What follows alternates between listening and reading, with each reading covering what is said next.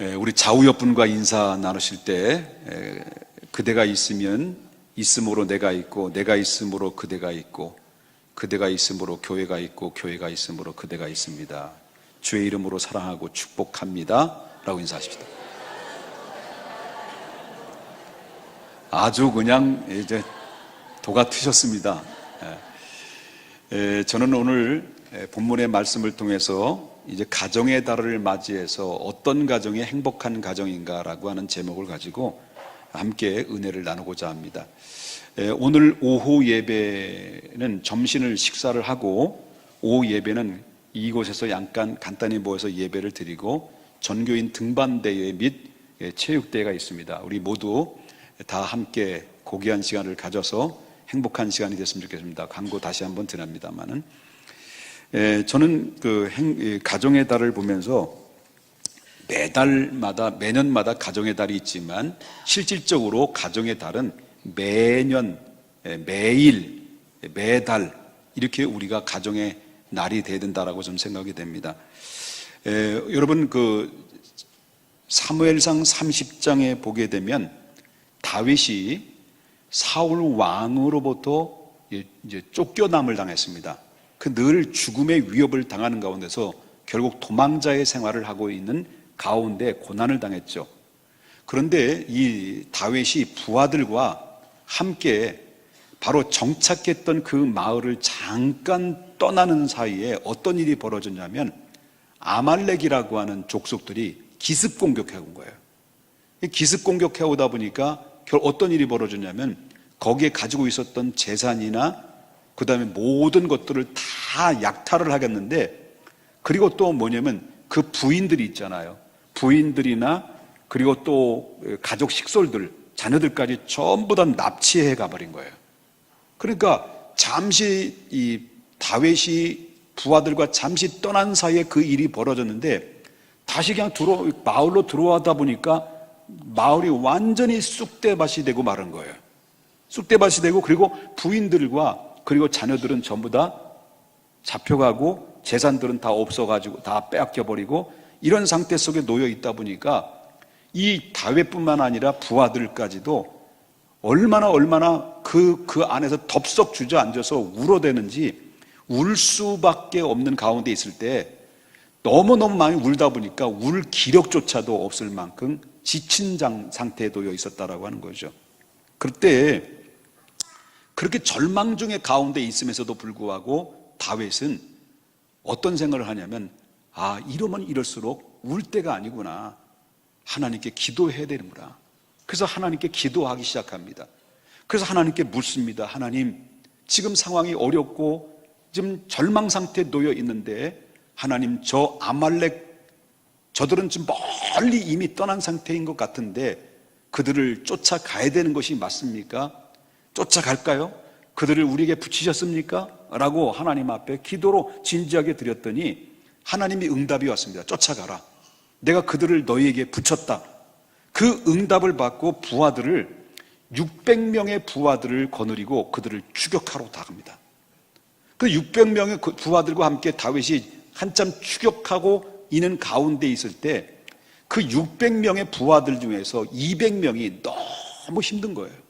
너무 지치고 탈진된 상태 속에서 그 자리에서 덥석 주저앉고 말았어요. 도저히 못 가겠다. 도저히 갈 수가 없다.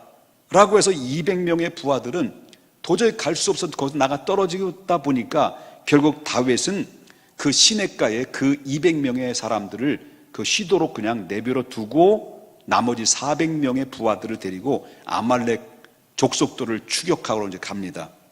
그리고 나서 추격하는 끝에 하나님의 능력으로 하나님의 역사하심과 도우심으로 말미암아 결국은 어떻습니까?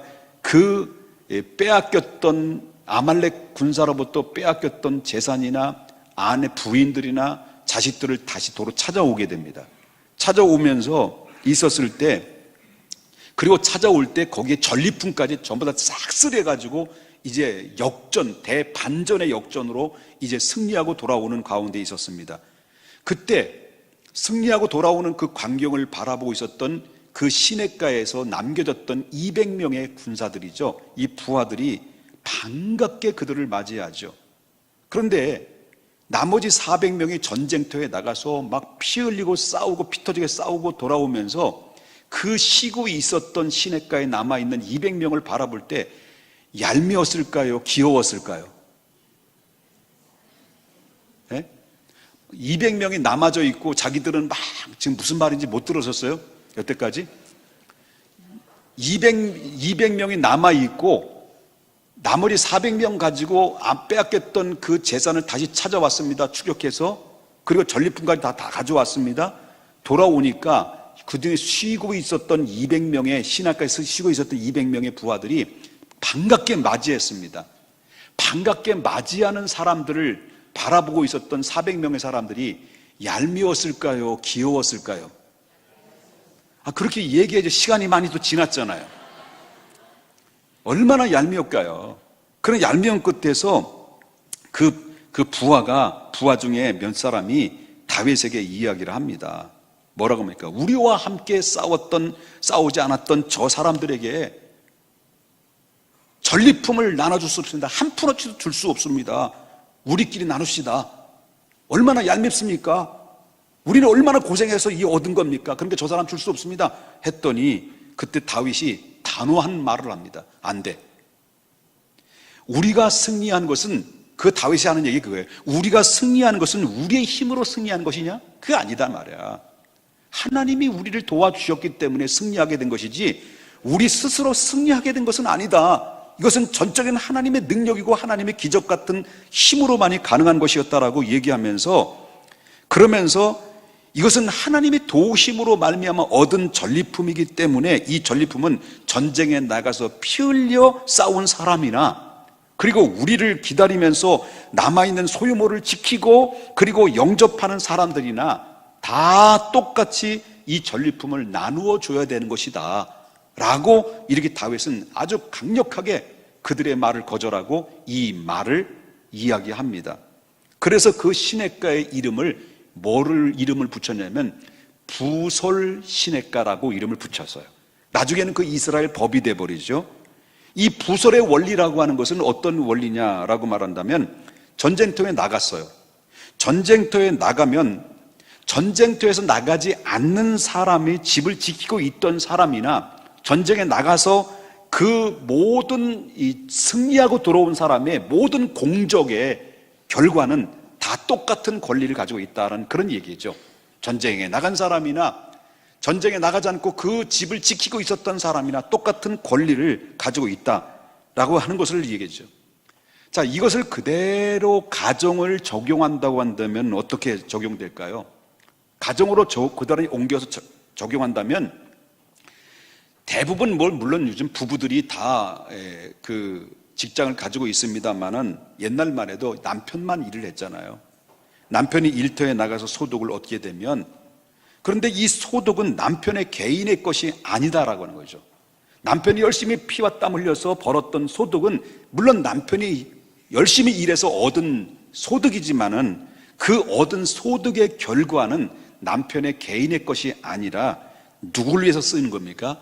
가족을 위해서 같이 쓰는 원리라는 거예요. 돈은 내가 벌었지만 그러나 쓰는 것은 누가 쓰는 겁니까? 우리 가족을 위해서 써야 된다라는 것이에요. 그게 이게 바로 부솔의 원리라고 하는 거죠.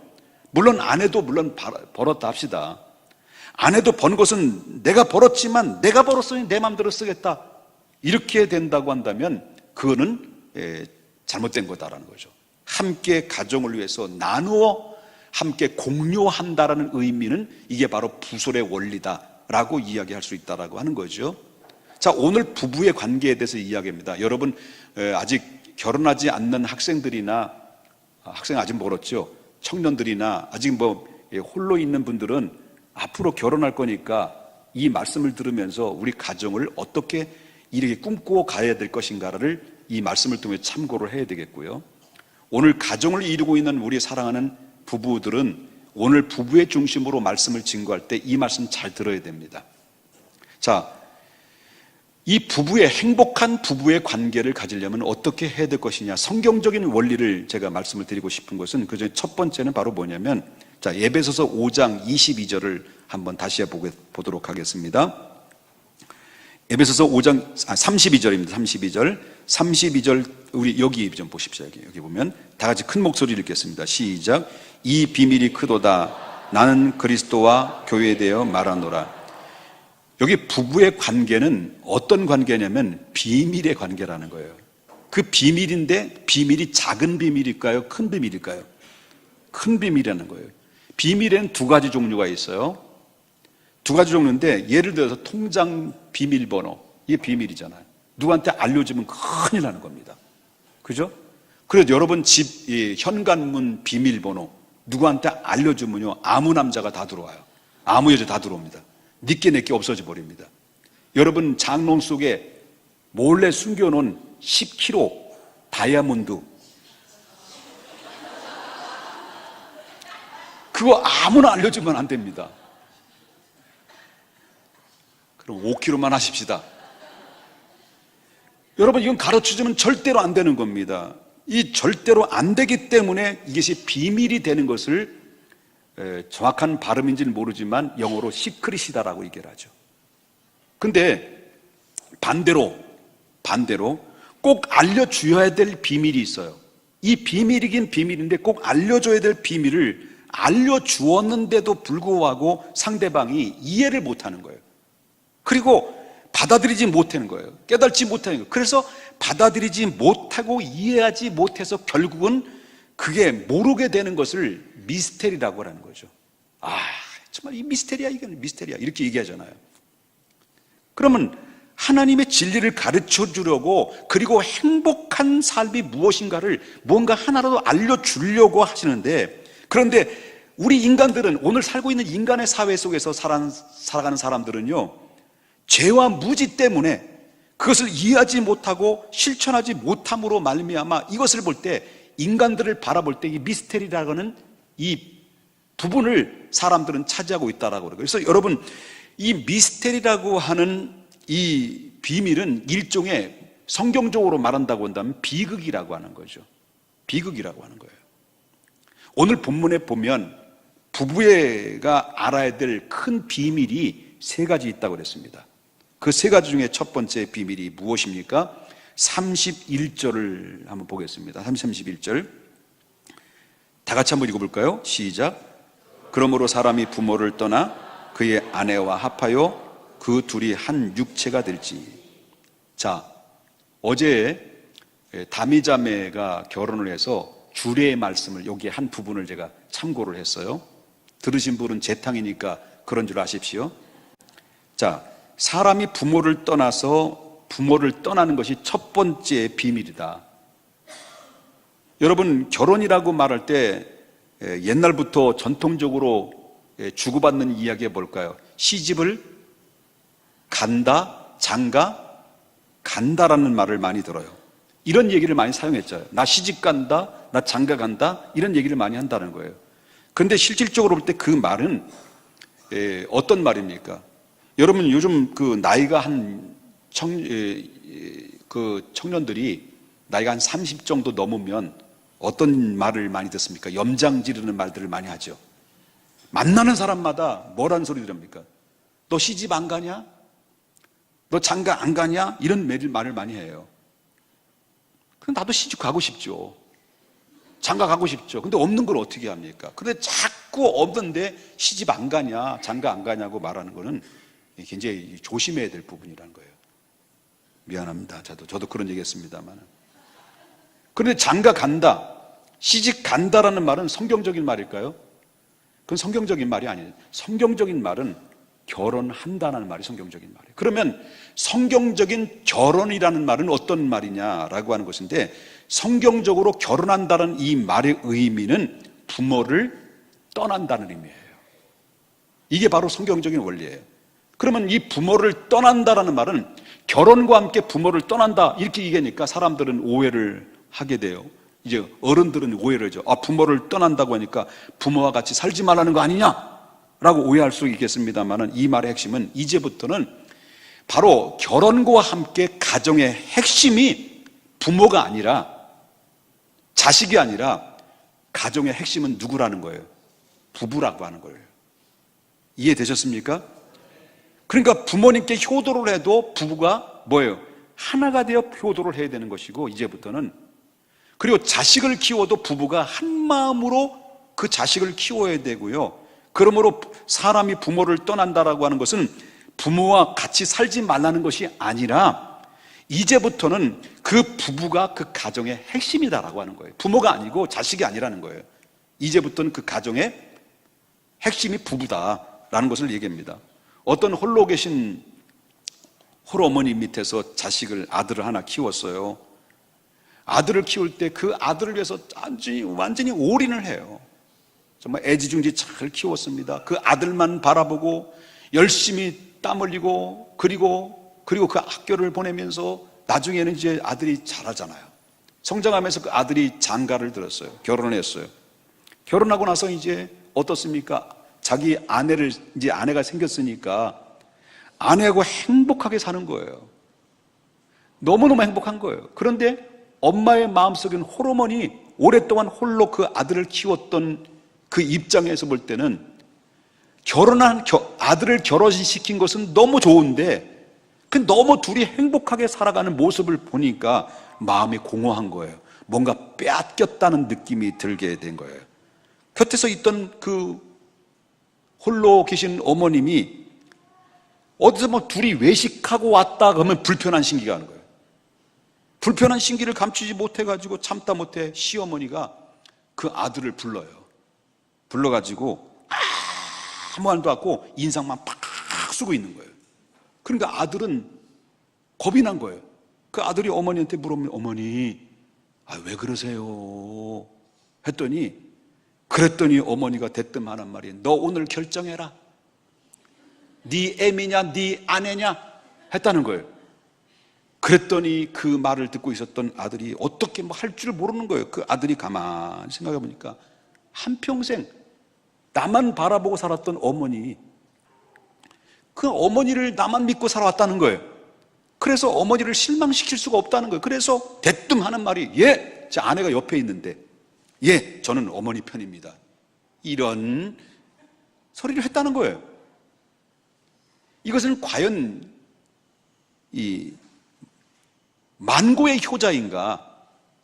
이것은 바로 정상적인 결혼 관계가 아니다라는 것을 이야기했다는 거죠. 그랬더니 그 말을 듣고 아내가 열받은 거예요. 방에 딱 들어오자마자, 남편이 들어오자마자 뭐라고 질문했을까요? 여보, 당신 어머니하고 나하고 만약에 물에 빠지면 누구부터 건질 거야? 그랬더니 그 대답은 남자들마다 다 다르게 생각하겠죠. 이랬다는 거예요. 정말 정상적인 가정이라고 한다면 어떤 얘기를 했을까요? 어머님, 저는 어머니를 너무 사랑하고 존경합니다. 그렇지만 제 아내도 사랑합니다. 이제부터는 저의 아내와 하나가 되어서 어머니께 효도를 하겠습니다. 이렇게 대답해야 되죠. 저는 어머니 편입니다. 대뜸. 그러면 그 아들은 뭘로 보는 거예요? 아내가. 뭘로 보는 거예요? 뭘로 보는 거지 뭐. 이게 가정이 아니라고 하는 거예요. 그런데 정말 어머니를 존경합니다. 그러나 이 아내도 사랑하기 때문에 아내와 함께 한 마음으로 어머니께 효도하겠습니다. 이렇게 이야기하는 것이 당연하게 정상적인 것이다. 부모님들은 자녀를 결혼시켜야 되는데 자녀들이 결혼을 할 때 해야 될 일이 뭐냐? 해야 될 일이 뭐냐면 자녀를 시키다 보면 그냥 보내라고 하는 거예요. 보내라. 너는 내 것이다, 내 소유물이다라는 생각을 하지 말고 그냥 보내라. 너는 내 아내와 내 남편과 함께 행복하게 살아라. 이렇게 말해주고 보내라는 거예요. 이게 바로 성경적인 원리라고 하는 겁니다. 이것이 건강한 독립의 원리로서 결혼을 첫 번째 원리를 이야기하고 있다라고 하는 것을 보게 된다라고 하는. 그런데 사람들은 이 원리를 잘 모르고 있다라고 하는 거예요. 그래서 아까도 말씀드렸지만은 그 가정의 핵심은 이제부터 결혼과 동시에 누구라는 거예요? 부모님도 아니고 자식도 아니라 부부다라고 하는 것을 여러분 꼭 기억해야 됩니다. 믿습니까? 나중에 남는 건 누구밖에 없을까요? 나중에 남는 것은 부부밖에 없어요. 그래서 저는 여러분에게 자주 얘기합니다만은 요즘 저희 집사람하고 둘이 같이 살고 있는데 자주 이야기하죠. 난 당신밖에 없어. 얘기를 하죠. 자, 두 번째 원리입니다. 자, 부부가 부모를 떠나 한 몸을 이룰지니라고 하는 것은 그 가정의 핵심이 누구라는 거예요? 부모라는 거예요. 이제부터는 자식이라는 겁니까? 아니죠. 뭐라는 거예요? 부부라는 거예요. 믿습니까? 그 다음 두 번째 원리는 22절부터 24절을 보겠습니다. 다 같이 한번 읽어보겠습니다. 시작. 아내들이여 자기 남편에게 복종하기를 주께 하듯 하라. 이는 남편이 아내의 머리됨이 그리스도께서 교회의 머리됨과 같이니 그가 바로 몸의 구주시니라. 그러므로 교회가 그리스도에게 하듯 아내들도 범사에 자기 남편에게 복종할지니라. 두 번째는 여기 아내는 남편에게 어떻게 하라고 하는 거냐 하는 거죠. 가정의 행복한 가정이 되려고 한다면 아내가 남편에게 어떻게 해야 될 것인가를 성경에서 분명히 명시되어 있습니다. 그것은 바로 뭐냐면 남편에게 복종하라고 하는 겁니다. 자, 요즘 남편에게 복종하라 이렇게 말을 하게 되면 요즘 평등의 원리를 따지는 여성분들에게는 이 말을 하게 되면 몰매 맞을 말이에요. 평등의 원리, 이건 틀린 말은 아닙니다. 절대 틀린 말은 아닙니다. 남자와 여자, 부부의 관계 속에서 남자와 여자는 평등한 겁니다. 다를 수가 없습니다. 21절에 봐도 뭐라고 말합니까? 그리스도를 경외함으로 피차 뭐 하라는 거예요? 복종하라는 겁니다. 이 부부는 동등한 원리를 가지고 있기 때문에 피차 복종하라는 것이 성경에서 말하고 있는 이야기예요. 그런데 우리가 꼭 알아야 될 것이 뭐냐는 거예요. 꼭 알아야 될 것이 바로 뭐냐면 부부는 분명히 한 몸이에요. 그런데 가정이라고 하는 공동체 안에서도 뭐냐면 한 몸이라는 것을 잊어서는 안 된다는 거죠. 그런데 이 가정의 공동체는 하나님께서 특별히 이 가정의 공동체를 위해서 그 가정의 공동체의 축복을 위해서 행복한 삶을 위해서 하나님께서 이 가정의 공동체 안에 질서라는 것을 만들어 놓으셨어요. 그 질서가 바로 뭐냐면 그것이 바로 아내가 남편에게 복종하도록 하는 이 질서를 세워줌으로 말미암아 이것이 바로 비밀이라는 거예요. 큰 비밀, 행복의 비밀이라는 거예요. 여기 키워드라는 거예요. 이것은 아내의 판단력이 남편보다 좀 부족하기 때문에 복종하라는 말은 절대 아닙니다. 아까도 말했습니다만 오해하지 말을 것은 남편과 아내는 동등한 거예요. 그런데 가정의 공동체 질서 속에는 하나님께서 정해놓으신 것이 바로 뭐냐면 아내는 남편에게 복종하라. 이게 바로 질서로 하나님께서 만들어주신 거예요. 이것은 아내의 판단, 아까도 말했지만 부족하기 때문에 어리수룩하기 때문에 약하기 때문에 그런 게 아니라는 거죠. 분명히 부부는 동등하지만 그러나 하나님의 뜻은 가정의 질서를 위해서 아내가 남편에게 복종하는 것이다. 그럴 때 이 두 사람의 관계가 어떤 일이 벌어지느냐, 가장 아름답고 가장 행복한 관계를 가질 수 있는 성경적인 그 답이라는 것을 이야기하고 있다라고 하는 거예요. 여기서 말하는 복종은 오해하지 말할 것이 복종하라, 그러니까 옛날 어른들이 말하는 차별적 맹종과 복종을 이야기하는 게 아닙니다. 이것은 바로 이 당당한 복종을 이야기합니다. 정당한 복종을 이야기하는 것입니다. 부부의 관계의 질서는 어디에 근거를 두고 있습니까? 이 모델을 어디에서 보여주냐면 성부 하나님, 성자 예수님을 통해서 보게 됩니다. 자, 하나님과 예수님의 관계는 어떤 관계예요? 예수님과 하나님의 관계는 어떤 관계냐면요, 똑같은 관계입니다. 하나님과 예수님은 동등하신 분이에요. 본체라고 그랬습니다. 그런데 하나님의 본체이지만은 예수님께서 그 본체이셨지만은 그 동등됨을 예수님은 포기하시고 누구에게 복종하셨습니까? 하나님께 복종했다는 거예요. 그 예수님은 그 분명히 하나님과 동일하신 분인데 하나님의 동일하신 분임에도 불구하고 하나님의 뜻에 복종함으로 말미암아 결국 이 지구촌에는 어떤 결과를 얻게 되었습니까? 이 지구촌에는 인간들의 죄로 말미암아 결국은 그 죄 때문에 불행에 빠졌고 죄 때문에 슬픔에 빠졌고 모든 인간의 죄가 들어옴으로 말미암아 결국 어떻습니까? 사람들의 마음속에는 기쁨이 상실됐어요.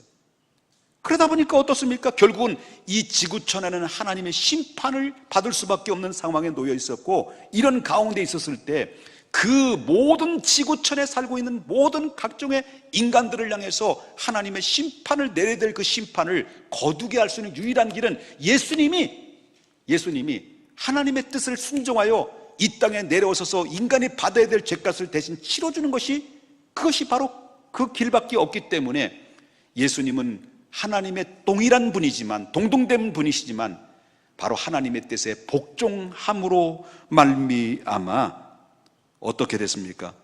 이 지구촌 안에는요, 절망에서 희망으로 바뀌어지게 됐고, 그리고 불행에서 행복으로 바뀌어지게 됐고, 지옥에서 천국으로 바뀌어지는 결정체가 예수님의 순종을 통해서, 복종을 통해서 이루어진 축복이라는 거예요. 이 원리는 어디하고 똑같은 원리가 적용되는 거예요? 가정이라는 공동체 속에서 적용되는 거죠. 저와 여러분이 아내가 남편을 위해서 똑같은 동등한 위치지만은 그 가정의 질서를 위해서 아내가 남편을 복종할 때 그 복종의 결과는 예수님의 복종으로 인하여 이 지구촌에 수많은 사람들에게 희망이 생겼고, 기쁨이 생겼고, 행복이 생겼고, 바로 영원한 지옥과 심판에서 천국의 길이 열렸던 것처럼 바로 우리의 가정에도 이 원리를 따라서 아내가 남편을 순종하고 복종할 때 바로 여기는 행복의 비밀이 여기에 다 들어있다는 것을 예수님의 모델로 보여준 사건이라고 하는 거예요. 아멘 안 하실 줄 알았습니다. 그러므로 여러분의 가정이 행복하시길 원하십니까? 그렇다면 하나님과 예수님의 관계의 모델을 따라서 우리의 가정도 그대로, 가정의 공동체를 그대로 적용하게 되면 거기는 반드시 하나님께서 주시는 축복을 받게 되고 건강한 가정을 이룰 수 있다는 것이 성경적인 원리다라는 것을 기억해야 됩니다. 믿습니까? 여기에 대해서 베드로는 아주 중요한 이야기를 해요. 아주 중요한 얘기를 합니다. 뭐라고 말하냐면 베드로전서 3장 5절에 이렇게 이야기합니다. 하나님께 소망을 두었던 거룩한 누구들은요, 부녀들도 이와 같이 자기의 남편에게 어떻게 했다는 거예요? 순종함으로 자기를 단장했다니. 이 말은 하나님께 순종하는 여자는 자기 남편에게도 순종한다는 얘기예요. 자, 남편들은 굉장히 좋아하고 있습니다. 자, 하나님의 자녀가 된 자다가 하나님의 자녀가 된 하나님의 자녀가 됐다고 한 자체가, 이 가치는 얼마나 귀한 겁니까? 이 하나님의 자녀가 됐다는 이 가치에 충만한 이 여인들은 비굴한 마음을 느끼지 아니하면서 기꺼이 남편에게 복종할 수 있다는 얘기예요. 그래야 할 때 가정에 뭐가 흐릅니까? 순종의 영이 흐르게 되고, 순종의 영이 흐르게 되면 행복의 영이, 축복의 영이 흐르게 된다는 원리예요. 그러므로 자녀들은, 여러분들이 자녀들의 순종을 어떻게 가르칠 수 있을까요? 여러분 자녀들이 내 마음대로 잘 자라주고 있습니까? 여러분 자녀들이 여러분들 말을 잘 들어요? 안 들어요? 아주 그냥 왼수들이 다른 데 없죠? 자녀들이 내 맘 같지 않아요. 눈이 10개라도, 입이 10개라도 내 자녀 못 돌봐요. 이게 오늘날 우리들의 자녀들의 모습이에요. 하나님과 예수님의 관계를 통해서 우리는 하나님과 관계를 통해 우리 가정의 자녀의 관계를 우리가 볼 수 있어요. 모델을 보여줬어요. 우리들의 자녀들에게 부모의 관계에서 큰 모델을 보여주고 있는 게 뭐냐면, 어떤 여자가 남편에게 복종하라는 설교를 들었어요. 교회 가서.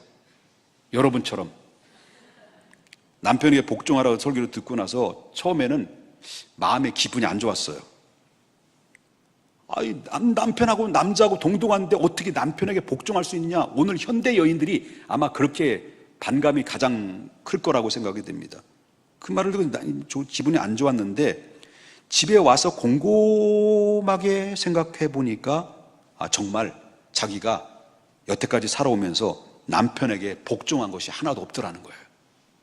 그냥 남편이 하는 말마다 토를 달고 무시하고 남의 마음 남편하고 비교하고 그래가지고 네 집 남편은 저렇게 잘 나가는데 당신은 왜 그것도 아니냐고 막 왜 지질이 궁상만 떨고 있냐고 막 그랬다는 거예요. 그런 생각이 들었다는 거예요. 그러고 보니까 아이들조차도 아버지에 대한 행동이 완전히 자제가 엉망이라는 거예요. 아버지의 말을 아주 우습게 알길 드문드문 여겼다는 거예요. 자식들이 아버지 말에 예 대답한 적이 없다는 거예요. 그렇게 순종하는 놈이 하나도 없다라는 거예요.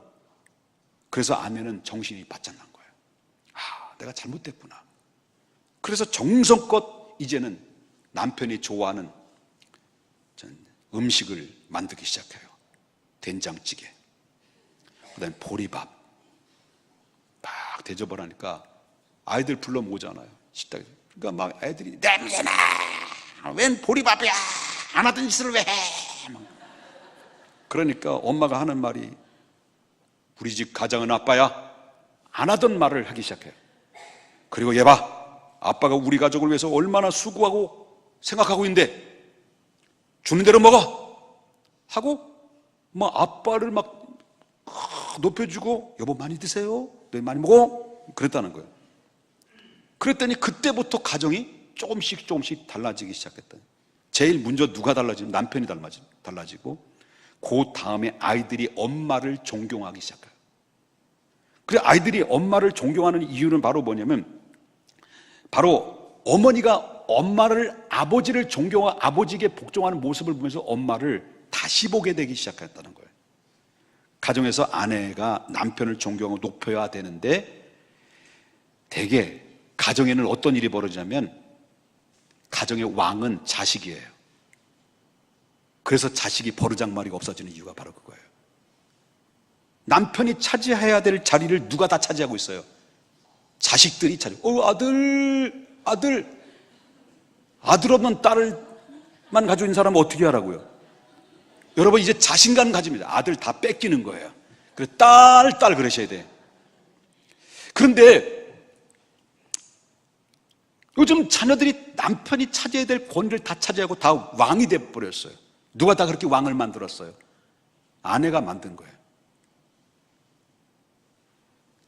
그러니까 요즘 남편이 어느 정도까지 말하냐면 강아지만도 못하다는 거예요.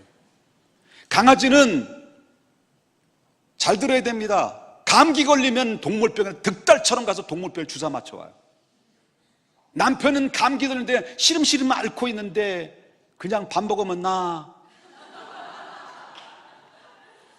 그냥 쌍화탕이나 먹고 그냥 푹 쉬어. 그러니까 이 가정의 존재감이 없어지는 거예요. 누가 다 만드는 거예요? 아내가 그렇게 만드는 거예요. 질문하겠습니다. 아내들이요. 남편이 소중합니까? 자식이 소중합니까?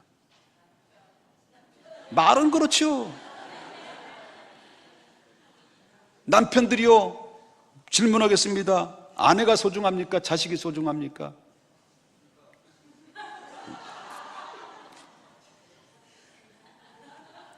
사람들은 하나님의 뜻이 무엇인지 잘 몰라 이해를 못해요. 어느 분의 고백입니다. 자기가 너무 피곤해서 일찍 잠이 들었는데 그런데 아이가 공부하다가 출출하니까 엄마 나 좀 간식 좀 해줘. 그랬더니 자다가 엄마가 빨딱 일어나가지고 그래가지고 이제 물을 끓여가지고 토마토를 살짝 익혀가지고 던졌다가 그 다음에 그리고 바나나를 딱 까가지고 거기에 믹서기에다 넣고 쫙 갈아가지고 주스를 만들어가지고 다 먹어라 열심히 하라 우리 아들 그랬다는 거예요. 그러니까 옆에서 자다가 남편이 배고픈 거예요. 여보 나도 한 잔만 줘. 그랬더니 안 돼 살쪄 그냥 자 그랬다는 거예요. 우리가 깜빡하면 자식이 왕 되는 거예요. 자식이. 그러니까 가정의 질서가 무너지는 거죠. 이것은 하나님의 뜻이 아닙니다. 우리 여러분 꼭 기억해야 됩니다. 남편 사랑은 사명이고 자식 사랑은 여러분 본능입니다. 남편을 사랑하는 것이 사명이에요. 따라서 합시다. 남편 사랑은 사명이고 자식 사랑은 본능이다. 이제 이 말은 동의하시는 분도 동의하시겠습니다만 아니실 분도 아니실 거라고 생각이 됩니다. 이제 과일 깎아서 먼저 누구에게 줘야 돼요? 아버지 갖다 드려. 누구한테 갖다 줘야 돼요? 아이들에게 손을 들어 아버지 먼저 갖다 드려. 그리고 자식에게 주면 그 가정의 질서를 아이들은 배워가는 거예요. 하나님의 소망을 두는 아내는 마땅히 그 남편에게 말에 순종하도록 되어 있어요. 왜냐하면 이것이 하나님이 주신 비밀이기 때문이었습니다. 남편들이 이 말씀 듣고 많이 위로되셨죠? 자, 이제부터는 남편에 관련된 이야기를 좀 하겠습니다. 남편은 아내에 대해서 어떻게 해야 될 것이냐. 잘 들으십시오, 남편 되신 분들. 저도 뒤늦게 깨달아서 천리 들어서 이제 그거를 시도하고 있는 가운데 있습니다. 자, 25절 보겠습니다. 5장 25절. 자, 다 같이 남자들만 읽도록 하겠습니다. 시작. 남편들아, 아내 사랑하기를 그리스도께서 교회를 사랑하시고 그 교회를 위하여 자신을 주신 것 같이 하라. 자, 여성들만 아멘 하십시다. 여태까지 계속 당하셨죠? 복종하라고만. 좀 더 해도 되겠습니까? 예. 자, 남편은 아내를 어떻게 하라는 거예요? 딱 한마디로 사랑하라는 거예요. 오늘 본문에 읽었던 말씀 중에서 아내를 사랑하라는 말을 몇 번이나 짧은 구절이지만 몇 번이나 강조하냐면 3번 계속 강조해요. 3번 동안. 그리고 자기를 다 내어주는 거예요. 남편은 아내에게 다 내어주는 거예요. 남편은 근본적으로 아내에게 다 주는 거예요. 그래서 자신의 신분도 주는 것이고 자기의 소유도 주는 것이고요, 자기의 모든 관심도 다 주는 거예요. 그래서 경제권도 그래서 주는 거예요. 개주면 다 그런 건 아닙니다만, 맡겼다가 다 그냥 날려버리는 부인은 주어서 안 되지만은 대부분 주는 거예요. 부부는 왜 갈등이 일어납니까? 자기식으로 사랑하기 때문에 부부의 갈등이 일어나는 거예요. 남편이 자기식의 방법으로 사랑하는 거예요. 그냥 돈만 갖다 주면 사랑하는 걸 알아요. 그거 아니라는 거예요. 돈만 갖다 줘서 사랑하는 게 아니에요. 자기식의 방법이에요. 그래, 아내를 모르는 거예요. 아내가 어떤 사랑의 스타일을 가지고 있는지를 잘 모르고 있는 거예요. 아내가 원하는 사랑의 스타일이 뭔지를 정확하게 알고 표현을 하라는 거예요. 표현. 그 표현이 뭐예요? 아내가 사랑스러우면 사랑한다라고 표현을 해야 되는 거예요. 아내가 수고하면 수고 많네, 자네 수고 많아. 아내가 좀 예쁘게 이렇게 좀 신경을 쓰고 막 얼굴에 자꾸 투자를 하고 그러면 자네 얼굴이 빛이 나네, 광채가 나네, 기도해서 그런가? 화장품이 필요하면 더 발라. 이쁨은 이쁘다, 고맙다는 고맙다. 자, 이런 말들을 들을 때 여성은 감성적인 사람들이에요. 감성에 예민하기 때문에 드라마를 봐도 기도는 해서 우는 사람은 없지만 드라마 한 편을 통해서 은혜 받고 우는 사람들이 얼마나 많은지 몰라요. 그러니까 이런 말을 들을 때 한마디, 사랑한다, 수고 많다, 힘내라, 오늘따라 아름답다, 오늘따라 옷걸이가 참 너무 잘 어울리네, 이런 말들을 자꾸 표현해 주라는 거예요. 표현해 주면 그 아내는 에너지를 공급받는 거예요.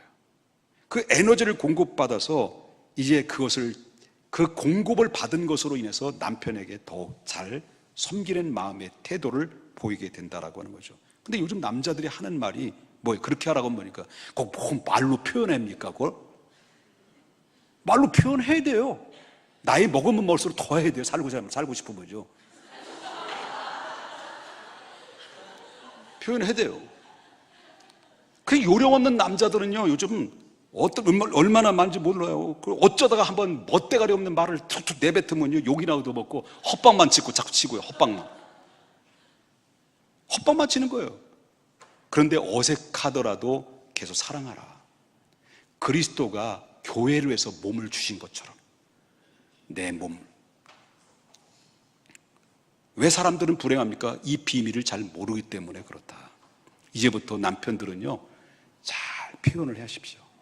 나는 경상도 사나이가 무슨 그렇게 표현을, 아니요, 살려면 해야 돼. 저도 그 뒤늦게 깨달은 거예요. 신문 가져와, 리모컨 가져와, 밥 줘, 이랬던 사람인데요.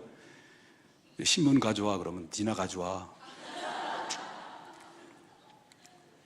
여러분, 세 가지 원리를 제가 말씀을 드렸습니다. 이 시대는요, 가정이 무너지고 있어요. 여러분 느낄 것입니다. 가정이 무너지면 사회의 커다란 병폐의 문제가 되는 거예요. 가정이 무너지니까 사회가 문제가 되고, 사회가 무너지면 국가는 기반이 무너지는 거예요. 왜 불행합니까? 이 비밀을 몰라서 그래요. 그런데 어떻게 해야만이 건강한 가정을 이룰 수 있을까요? 건강한 가정은요, 세상의 지식의 이론 가지고 되는 게 아니에요. 여태까지 세상의 지식의 이론, 가정의 전문가, 얼마나 많은 전문가들이 와서 글을 쓰고 논문을 쓰고 얼마나 연구를 하면서 발표를 했습니까? 그 방법대로 해봤어요. 안 되잖아요. 점점 안 되잖아요. 그게 진리가 아니라는 거예요. 정말 우리는 거듭났다고 한다면 하나님의 말씀의 진리대로 믿고 받아들인다면 하나님의 말씀대로 해보시라는 거예요. 그러면 우리 자녀를 결혼시키면 내 자녀를 내 소유물이라고 생각하지 말고, 그래서 원격 조종하지 말라는 거예요. 홀로 아들을 키웠어요. 아들을 키웠는데 이 아들을 홀로 키웠기 때문에 너무너무 사랑스러워서 이 아들을 어디 바깥에 내보낼 수가 없는 거예요. 그래서 나중에 장가도 못 가는 거예요. 같이 살자. 붙들고 늘어지는 거예요. 그래서 결국 어떻습니까? 총각 귀신이 돼가지고, 미안합니다, 귀신이 아니라 총각이 돼가지고, 총각이 이제 귀신처럼 돼가지고요, 결국 장가도 못 가고 일생 동안 홀로 외롭게 살아가는 사람이 누구 책임이에요? 엄마 책임, 부모 책임이죠. 이런 사람 많아요. 자기 소유물이 아니라 원격 장치 가지고 원격 조정하려고 하지 말라는 거예요. 이 내 것이 아닙니다. 내 아들은 이제부터 결혼과 동시에 내 며느리 것이고, 내 딸은 결혼과 함께 동시에 내 사위 것이에요. 잘 들어라. 그렇다고 해서 누구한테 얘기하는 거 알죠?